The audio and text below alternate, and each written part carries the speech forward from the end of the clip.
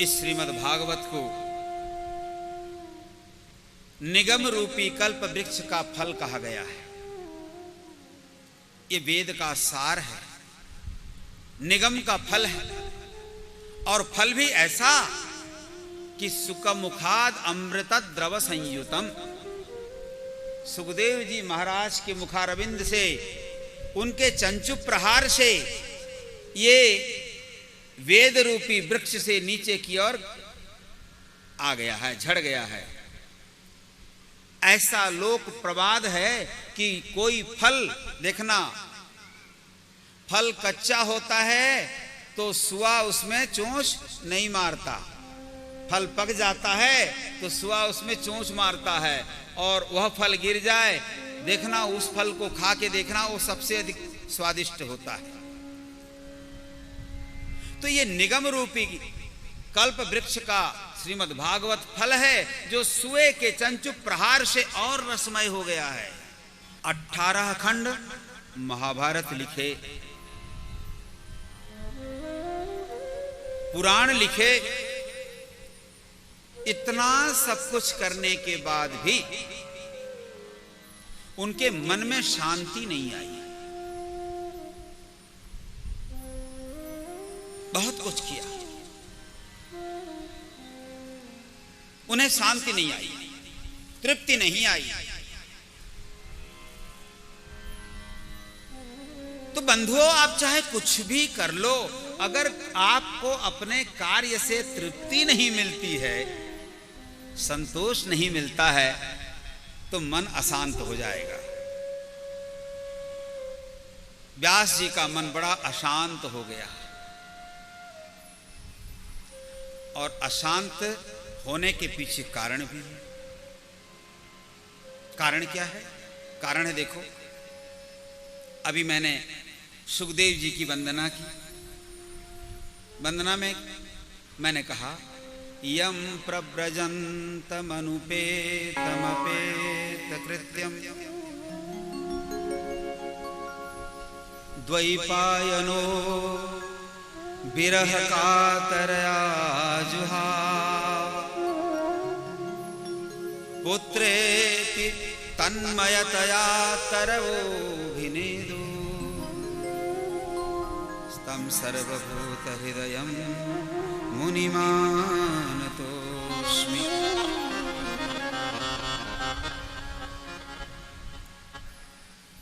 सुखदेव जी महाराज व्यास जी के पुत्र हैं, महर्षि वेदव्यास के पुत्र हैं।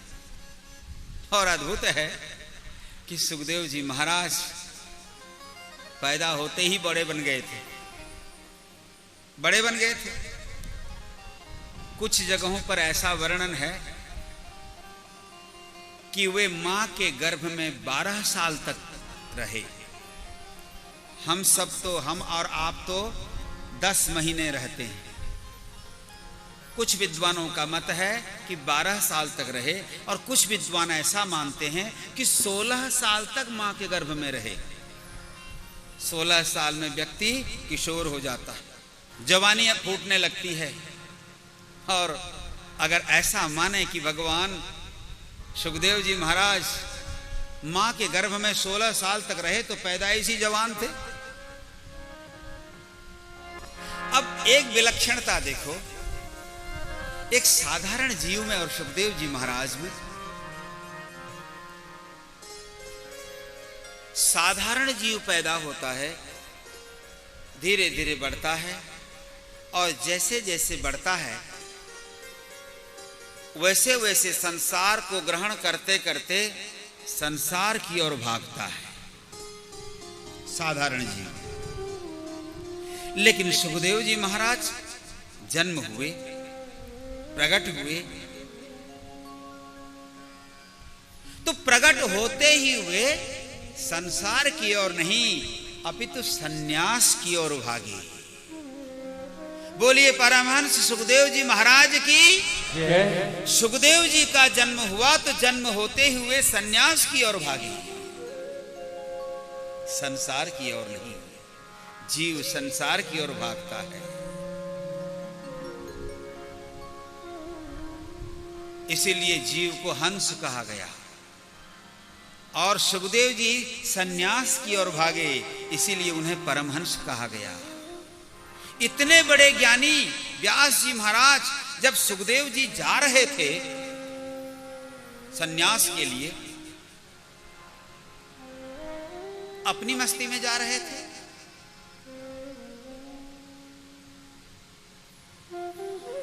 व्यास जी रोकते कि बेटा रुक जाओ रुक जाओ, लेकिन सुखदेव जी सुने कहां, वो तो अपने में मगन। ऐसा वर्णन आता है कि सुखदेव जी जिस मार्ग में जा रहे थे वहां सरोवर में देव कन्याएं स्नान कर रही थीं और संपूर्ण नग्न अवस्था में स्नान कर रही थी।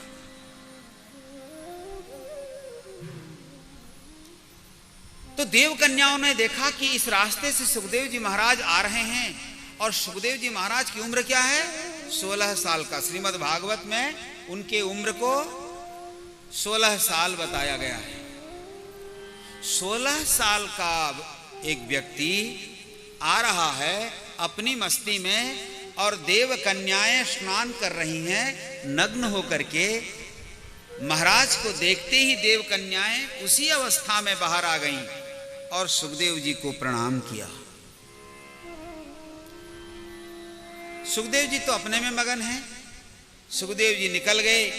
देव कन्याओं की दृष्टि पड़ी कि पीछे से दौड़ते हुए व्यास जी आ रहे हैं और व्यास जी तब तक बूढ़े हो चुके थे। उनको देखते ही देव कन्याएं झट से कपड़ा पहन ली और सारे शरीर को ढक करके स्थिर हो गई। और व्यास जी आए तो उनको प्रणाम किया तो व्यास जी को बड़ा आश्चर्य हुआ। बोले मेरा लड़का जो जवान है वो जा रहा है, देव कन्याओं उसके सामने तुम लोग नग्न अवस्था में आकर के प्रणाम किया और मैं बुजुर्ग बूढ़ा हो चुका हूं, बुजुर्ग हूं। मैं जब यहां पहुंचा तो तुम सब कपड़ा पहन करके यहां आकर मुझे प्रणाम कर रही हो, ऐसा क्यों? देव कन्याओं ने कहा भगवान इसका उत्तर तो आपने ही दे दिया। बोले कैसे? बोले इसलिए कि देखिए आपके पुत्र यहां आए, हमने प्रणाम किया, उन्हें इसका ज्ञान नहीं था कि हम कपड़ा पहने हैं या कपड़ा नहीं पहने हैं। तब आप 1 किलोमीटर दूर में थे। बूढ़े आदमी कहते हैं आप अपने आप को, लेकिन 1 किलोमीटर दूर थे, फिर भी आपकी दृष्टि कहां पड़ी? हमारे नग्न शरीर पर। आपको हमारे शरीर की नग्नता का ज्ञान 1 किलोमीटर पहले हो चुका था। इसीलिए भगवान हमने वस्त्र पहन लिए, क्योंकि आपको स्त्री और पुरुष का ज्ञान है। आपने अपने पुराण शास्त्रों में, महाभारत में, अन्यत्र स्त्रियों का इतना चमत्कार वर्णन किया है कि स्त्री भी मोहित हो जाएगी। तो आपके नजरों में भगवान स्त्री और पुरुष में भेद दर्शन है। इसीलिए आपके सामने हम उलग्न खड़े नहीं हो सकती। बहुत बड़ा झटका लगा व्यास जी को। झटका लगा कि देखो मैंने इतना सब कुछ किया, लेकिन अभी भी मेरे अंदर में भेद दृष्टि रह गई, अशांत हो गए। मेरी माताओं, बंधुओं अशांत भटकते रहे। नारद जी से उनकी मुलाकात हुई। नारद जी ने पूछा व्यास ऐसा क्यों? इतने महान व्यक्ति, इतने विद्वान, इतने ज्ञानी, फिर भी आप अशांत हैं। व्यास ने कहा भगवान मैं वही तो नहीं जान पा रहा हूं कि मैंने इतना सब कुछ भगवान का नाम लिखा, नाम किया, उनका चरित्र लिखा, फिर भी मेरा मन अशांत क्यों है? नारद जी ने कहा व्यास जी आपने कार्य तो बहुत किए मगर सत्कार्य नहीं किया है।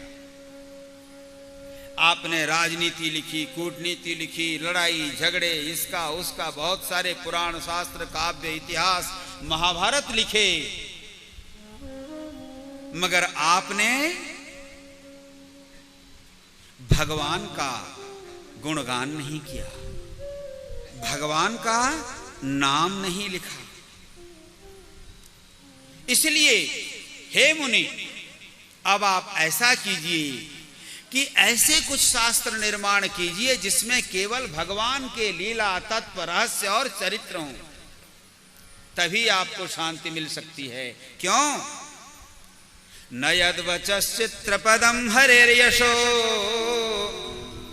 जगत पवित्रं प्रगृहीत कर्हिचित् तद्वायशं तीर्थमुसन्ति मानसा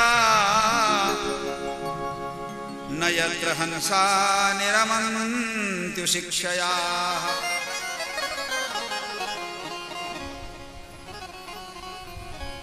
नारद जी कहते हैं, हे व्यास जी, आप कितने ही वाणी कहें, कितना भी कुछ लिखें, अगर यदि वहां भगवान का नाम नहीं है, भगवान का यश कीर्तन नहीं है, तो वह तो कौओं का स्थान है। इसलिए वह कभी भी आपको मंगल नहीं देगा, शांति नहीं देगा। तद्वायसम तीर्थम, वह कौओं का स्थान है। और कौवे कहाँ बैठते हैं? जहां आप जूठा फेंक देते हो ना, उच्छिष्ट फेंक देते हो, तो कौवे वैसे जगहों पर जाते हैं, गंदगी पूर्ण स्थानों पर जाते हैं। तो जहां जो कौवों का स्थान होता है वहां हंस नहीं जाते महाराज जी। इसीलिए आप हंसों के लिए स्थान बनाइए, अर्थात भगवान के पवित्र नाम का आप संग्रह कीजिए। ऐसा सरोवर बनाइए जहां हंस जा करके खेल सकें।